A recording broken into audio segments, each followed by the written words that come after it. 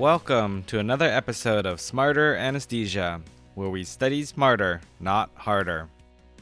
On this episode, we will be talking about the top 5 reasons people fail. We've been teaching oral boards for more than a decade, and we don't want to see you fall into the same trap as those who have failed. You don't want to waste precious time or your hard-earned money on paid oral courses when you can get it all here for free. For many of you, this will be the first time you are studying for an oral exam. If you have already started studying, hopefully you have not developed bad habits yet, but it's okay if you already have some bad habits. We'll help you identify those bad habits and help you fix them. By the end, we will help you develop good communication habits that you can carry on with you throughout the rest of your career in medicine. So let's begin. Here are the top 5 reasons people fail. Number 1, people study for this exam like it's a written exam, but it's not. It's an oral exam. You study for oral exams orally. If you try to study for this exam like every other exam you've taken, the best case scenario is that you would just be a little bit slower, a little bit more inefficient. At worst, it might cause you to fail. All your life, you have studied for written exams like the SATs, the MCATs, Step 1, 2, and 3. You probably got pretty good at doing multiple choice questions. When studying for a written exam, you probably made flashcards or took notes by hand or on a computer, memorized some tables and mnemonics to help you remember. When you got to the exam, you might close your eyes and imagine the pages you read, and then answered a multiple choice question. But this is the problem. It is not a written exam. This is an oral exam. Most students who begin studying for the oral boards say to themselves, I don't remember enough, or I haven't done this type of topic since residency. And the first instinct is to rely on those skills that helped you pass your written exams, which is by cracking open a book and starting to memorize things. To you, it makes sense. It's what you are comfortable with, and in your heart, you believe it's the right thing to do because it's the only thing you know how to do. You might be tempted to read some oral board book or pay for a crash review course to buff up your medical knowledge, and then somewhere along the way, when you feel a little bit more confident, you begin to practice with a few people around you that you know from work or residency. That's the typical thought process. Be honest with yourself. Was that your study plan? If so, you are on the way to inefficiency or even failing. We understand why you are thinking this way to study. You tell yourself, I need to read some more books first because I don't know enough to begin answering out loud. Or, I don't want to sound stupid around others. Or, maybe I don't feel confident that I know enough to answer any of these questions.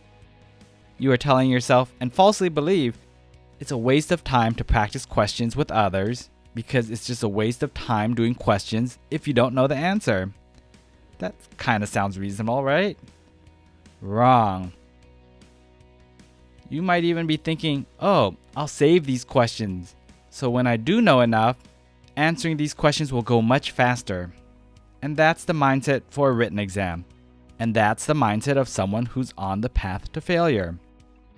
So, how are you supposed to do this? How are you supposed to study for an oral exam? Because everything I've just stated sounds like your study plan, and it's the only study plan you do know. The answer is you study for an oral exam orally. You need to practice out loud from the beginning. Talk out loud right when you hear a question. This forces your brain to do 3 things: organize, prioritize management, and verbalize a coherent response. That's what you need to master. So I'm telling you, you need to practice out loud even before you feel comfortable not knowing everything. But your gut tells you that you need to study from a book. Your gut says that you need to go to pay for an expensive course because that's how you have always studied for written exams. Because that's what others swear by and they pass. So I just simply need to follow what they did and do the same thing and I'll pass too. It has always worked and it should work now. But as I've said before, this will be the first time you've done an oral exam. Yes, you've done oral presentations in training. Yes, you have presented to your attending difficult cases, and those are all true statements. But you have never done an oral exam where it's back-to-back questions about what's better, the rock or the hard place.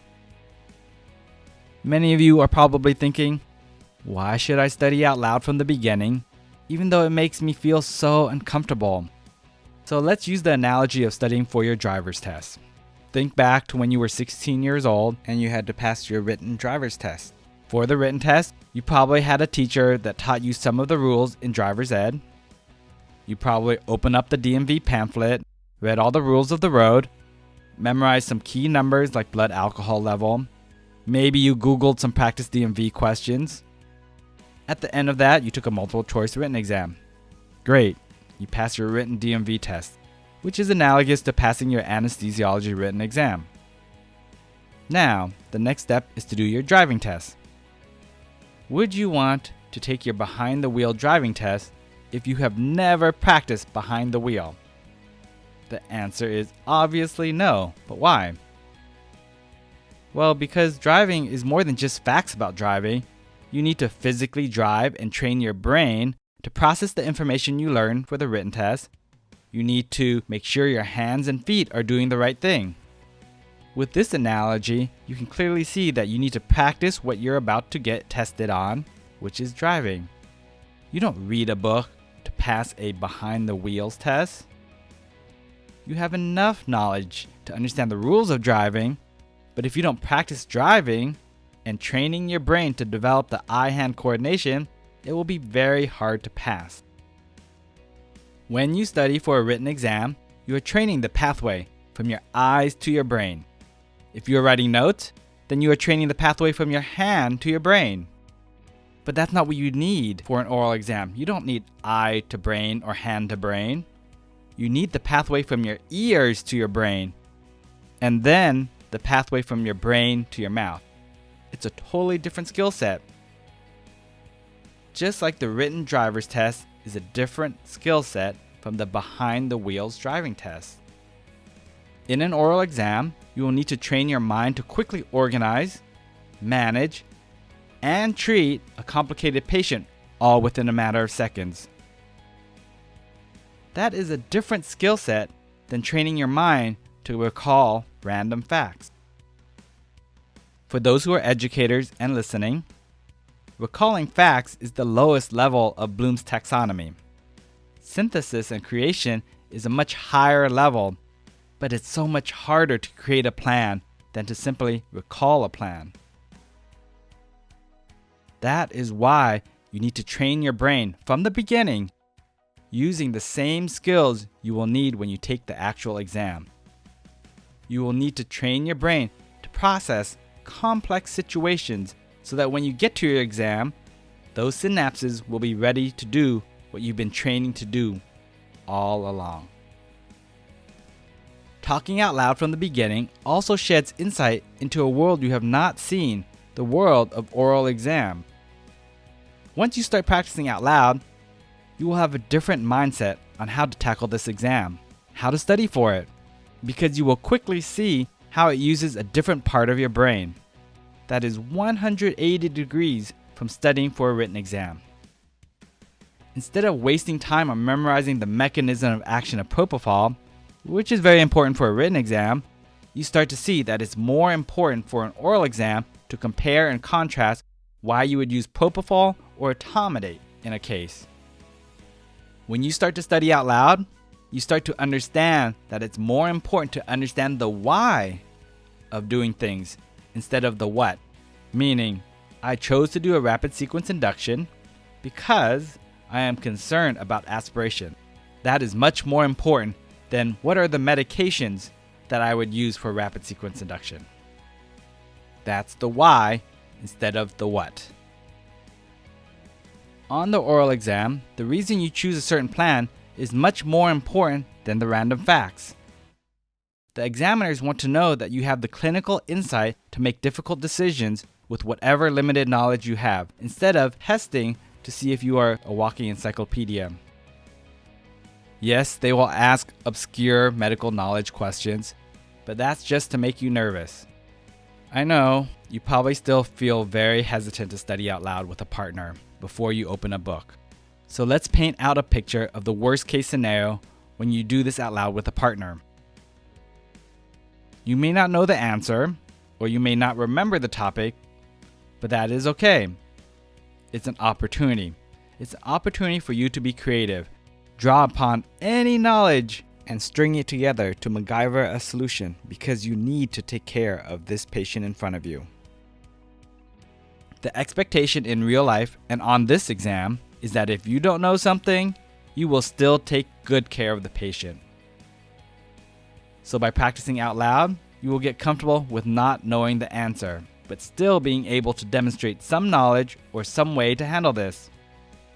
We spend a whole episode on how to answer questions when you don't know the answer. So once you're done with this episode, you can jump over to the foundational videos to see how you can train your mind to think creatively when you have no idea what is the answer. Bottom line, don't fail because you study for this exam like it's a written multiple choice exam. Oral exams need to be studied orally or out loud. Study smarter, not harder. Do it the right way the first time around, and you will save yourself so much time, so much money, and decrease your stress. So how does a typical day look like when you're studying for an oral exam? Our recommendation is to study out loud with a partner or talk out loud to a picture, like a picture of Britney Spears or Brad Pitt. Talking out loud should compose of 50% of your studying. After you have done one STEM or topic, the other 50% of your time can be used to review the topic, using those techniques that you are so comfortable with, using your written exam skills to memorize, like flashcards or writing key information down. The difference with this strategy is that you start the process by talking out loud and then going back to fill in the blanks. This is a more efficient way of studying because now you have clinical context for these topics and you can better organize your brain in a way that you can readily access it in the future. For topics that you miss out loud, it's very unlikely that you will forget it the next time around, because the embarrassment or anxiety of missing a question will motivate you to remember. In education, you have now turned a passive process of learning, where you read random information, to an active process, where you are manipulating the information you are learning to solve a clinical problem. When you study for a written exam, and you go over topic after topic, your mind just wanders and things just don't stick. It's very passive. It's also very passive to listen to a lecture or presentation. You are mindlessly trying to absorb information. But it's inefficient because there's no clinical context and it's just random facts you're trying to fit into your brain. Also, don't cheat and try to talk in your brain so no words are actually coming out of your mouth. That doesn't help. You are trying to train your mouth and your ears. Talking in your head trains neither of those things. To recap, one of the main reasons people fail is because they try to study for this exam like it's a written multiple choice exam, but it's not. You study for an oral exam orally. People who fail aren't spending enough time practicing out loud. Another way to say this is that they are spending more time with the books than talking with a study buddy. So, talk first, then study the books afterwards, in that order. 50% of your time should be talking out loud, followed by 50% reviewing the material. Try your best to start talking out loud first. Try your best to answer the question or take care of the patient with the knowledge that you do have. After you are done talking, then you can look up information. Just like in real life, you probably won't know everything, but in that moment in time, during a crisis, you still need to take care of the patient with whatever knowledge you have. That's what you need to do for an oral exam. Answer the question to the best of your ability, even when you don't know 100% what the answer is. Next, you need to practice out loud, even if you don't feel like you know enough.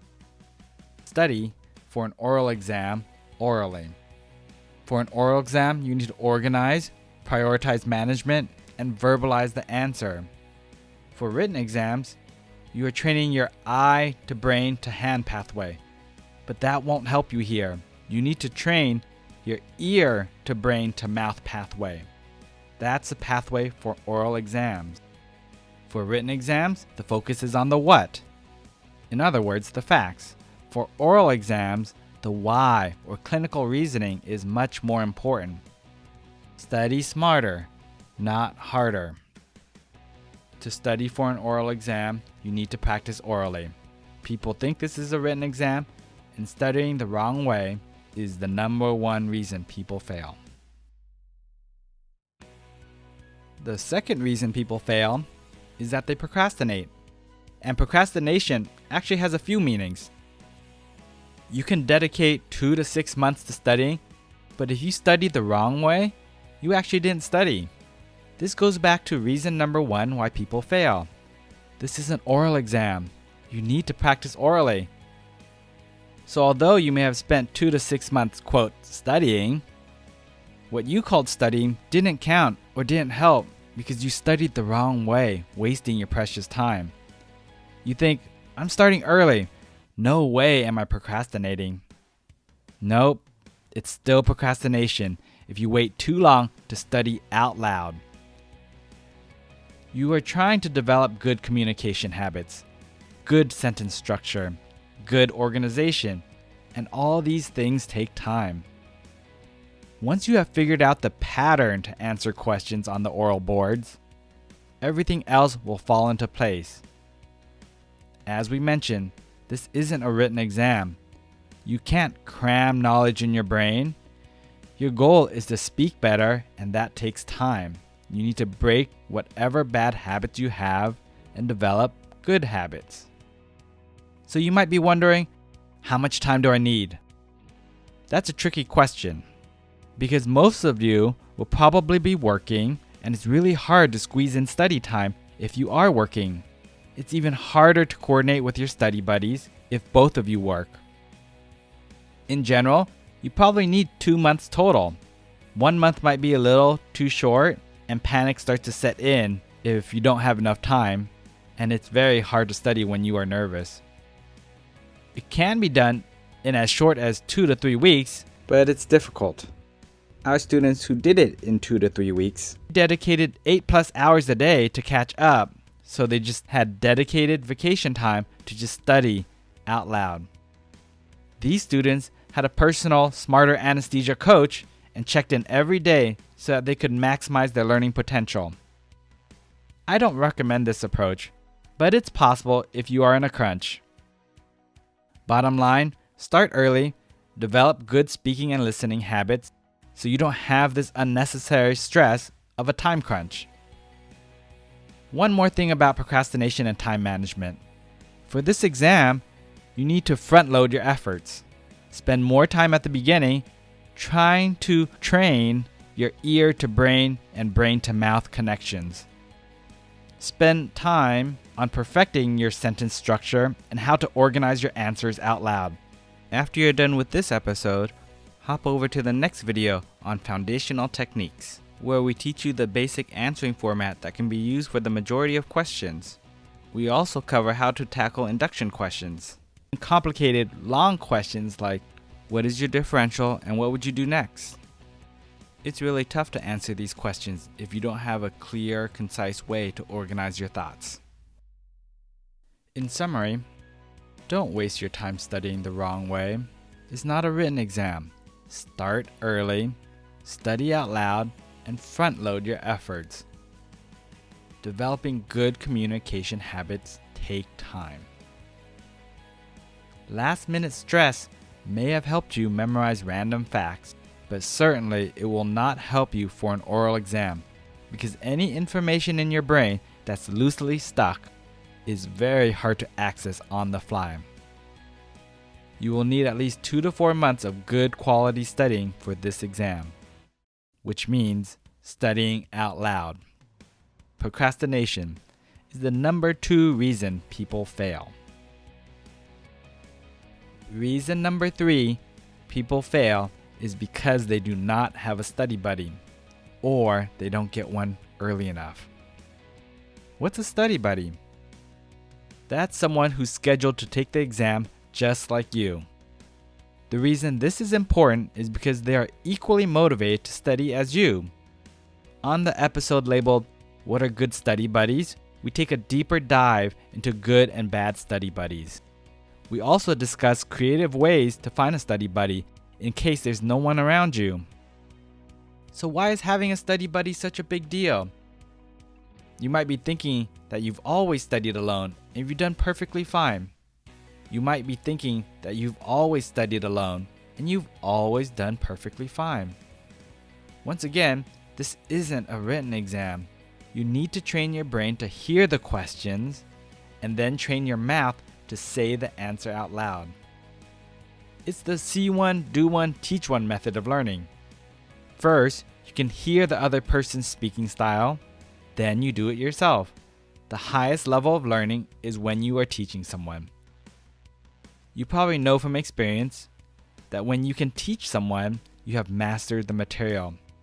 The ability to hear what's wrong in someone else's presentation and know how to fix it is a sign that you are on your way to passing this exam.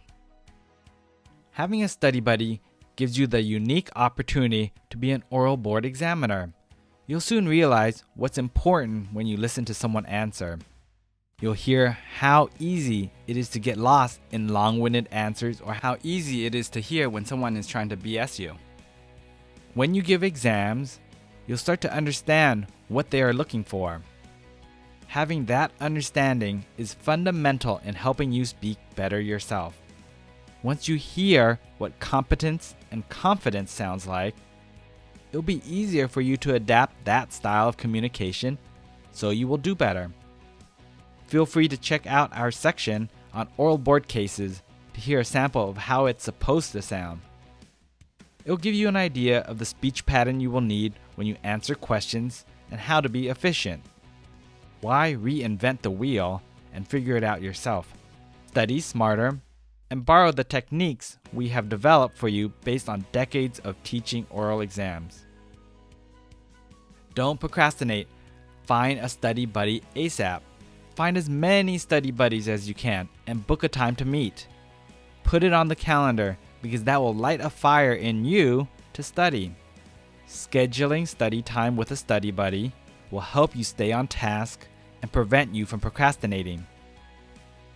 Hop over to our episode on what are good study buddies to get more details on this topic. Hint, your past attending or people who just took the exams are horrible study buddies. They have no vested interest in doing repeated exams with you. They'll probably do a one-off exam, but their feedback has a better chance of steering you the wrong way than the right way. The worst study buddies are co-workers. Please don't go down that route. Don't fail because you didn't find a study buddy. It's a necessary part of studying for an oral exam. Not having a study buddy is the number 3 reason people fail. To recap, don't study alone. Practice out loud. Talk to a picture if no one's around. The best study buddy is someone who is about to take their test. See one, do one, teach one. Being an examiner is the best way to learn. Reason number 4 why people fail is that they believe that their success is equated to the amount of knowledge they have in their brain. People falsely believe that if they memorize more facts, they will do better. That is 100% true for a written exam, but not so true for an oral exam. For a written exam, the more you know, the better you will score, and getting the 99th percentile is great. Having your happiness be dictated by whether you pass or fail is called a fixed mindset. People with fixed mindset judge their own worth by whether they pass or fail. Unfortunately, for most of us, the education system often encourages a fixed mindset. Our parents and sometimes our teachers and coaches applaud us when we pass the test or beat an opposing team in a sport. People with fixed mindset focus on winning and losing or passing and failing. However, a fixed mindset will lead you to failure on an oral exam. You are your own worst enemy. If you try to remember every random fact or try to have the quote perfect answer, you are putting unnecessary stress on yourself and hindering yourself from growing as a person. Seeking perfection, having a fixed mindset, and only seeing this exam as a pass or fail will slow you down because you are focusing on the wrong things that don't help you to pass the exam. Instead of a fixed mindset, whereby you are only looking to see if you pass or fail this exam, we encourage you to have a growth mindset, whereby your goal is to be a better doctor. Just remember, all this studying is for a reason, and the reason is that you will be a better doctor. Regardless of whether you pass or fail, know that you are a better person and physician by going through this process. That is a growth mindset. Every minute you study will make you a better doctor. We all want to pass, but a person with a growth mindset understands that even a failing grade does not mean that they have failed. It just means that they tried their best, they became a little bit better, but still there's an opportunity to grow. A grade doesn't define you. Others cannot take away from the fact that you have learned something through this process. At Smarter Anesthesia, we know it's tough to think this way because it's nice to be validated by the ABA and get a passing score. However, having a growth mindset will make your studying experience better because every question you are doing and every hour you are spending on studying will make you that much better of a doctor. Being a better doctor means, number 1, less lawsuits. Number 2, more money because surgeons will trust you to do their cases. And number 3, most importantly, you will be clinically better for your patients. When you have kids, if you decide to have kids, hopefully you also teach them the importance of a growth mindset. When they are playing a sport or doing an exam, focus on how much they have learned along the way and the friendships and memories that they have created. As long as they tried their best, then they have won, regardless of the score they receive. That's a growth mindset. Winning a game or scoring well on a test would definitely be nice, but they come secondary to what you are actually winning in the game of life. Measured by your own personal growth, people with a growth mindset will always win regardless of whether they pass or fail. So the next time you do an exam and you miss a question totally, just remember you are going to learn from this mistake and get it right on the exam. That's the growth mindset. You are learning to be a better doctor. On a similar note, people who fail think that the oral exams are different than real life. They think that studying for this oral exam has nothing to do with their clinical practice. They try to silo what you do on an oral exam and what you do in real life. If you try to silo what you do on an oral exam and what you do in real life, this is a guaranteed way to fail. You need to start seeing that the oral boards and real life are the exact same thing. If you do well on the oral exam, you will do well in real life. The skills you use on the oral exam, organizing, prioritizing, and verbalizing a coherent response, are the same skills you need in the OR. Convincing the person you are talking to, whether it be a surgeon or an examiner, that you are right and that it's the right thing to do is a skill you develop when you are studying for an oral exam correctly. So you might be thinking, how do I know if I'm studying correctly? Well, if you are studying for your oral exam the right way, you will start noticing 2 things will change. Number 1, the way you think through a problem will start to change and it will be easier and less stressful to make decisions for complicated patients. Difficult clinical situations will be easier to handle. Number 2, the way you talk to the people around you, like surgeons, nurses, and other colleagues, will also start to change. Hopefully, you notice that change because it means that you are studying the right way and that you are on the path to passing. In summary, reason number 4 that people fail is because they have a fixed mindset. They focus on passing and failing instead of focusing on becoming a better doctor. They focus on the perfect answer instead of just answering and taking care of the patient. The stress of failing slows you down. Paraphrasing Ralph Waldo Emerson, it's not the destination that's important, it's the journey. Have a growth mindset. Know that you are growing with every single question. With a growth mindset, you will always win in life regardless of the grade you get. The number 4 reason people fail is that they falsely believe that success is having a lot of knowledge or success is passing. In fact, success is becoming a better doctor. The number 5 reason people fail is lack of self-confidence. There may be a lot of reasons why you don't have confidence in yourself. We often hear people say, I don't remember enough, or it's been X number of years since we did that type of case. Those who fail falsely believe that they don't know enough and have no confidence in the knowledge that they possess. We also hear many say that they are introverts or they are shy, and that's why it's so hard for them. Others mention that they aren't good at public speaking. Some say English is a second language, and so that's why they lack some confidence because of their language skills. But that's the problem. If you don't believe in yourself, neither will the examiner. Just think about this. When you are in a room, can you quickly spot the new nurse or the new doctor?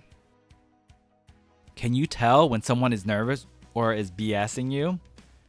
There are so many nonverbal cues that we all know what fear looks like. We also know what confidence looks like. Confidence looks like Tom Cruise in the movie Top Gun. We need you to channel your inner Tom Cruise, your internal confidence. You need to be able to sell yourself regardless of whether you know something or not. In just a short span of a few minutes, patients need to trust you and believe that you are competent enough to take care of them. You may feel nervous or dumb or confused, but it's okay, that's normal. You just can't let others know how you feel. At Smarter Anesthesia, we tell you to fake it until you make it. Be an actor and act like a confident, competent physician, regardless of whether you feel that way or not. One good tip is to use your family member or any non-medical friend as an examiner. They have no idea what you are saying, but they do know if you sound like a good doctor. Try it. You will be surprised how much insight your non-medical friends have, and they can also give you feedback. Tune into the episode on Good Study Buddies to learn more about why non-medical friends are better than your coworker. In summary, reason number 5 that people fail is because they lack confidence in themselves. We know you are smart enough because you already passed your written exam. We know that you can do this because you are taking care of patients every day. The oral exam is just like real life. We know that you can do this. Now, you just need to believe that you can do it. Don't think this test is impossible. Think I'm possible.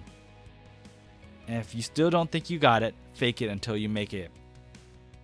To recap, act confident and competent. Believe in yourself. People can easily spot fear. If you don't feel it, fake it until you make it. Nonverbal cues are equally important, and first impressions do matter.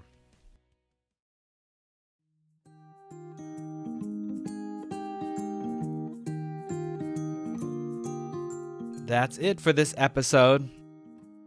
Today, we covered the top 5 reasons people fail an oral exam. The number 1 reason people fail an oral exam is that they study for it like it's a written exam. It's not. It's an oral exam. You need to study for oral exams orally. Number 2, people procrastinate whether they realize it or not. Number 3, they don't realize the importance of a study buddy and getting one early. If you happen to be lucky, the more the merrier. Number 4, thinking that success is equated to knowledge. It's not. Success is becoming a better doctor.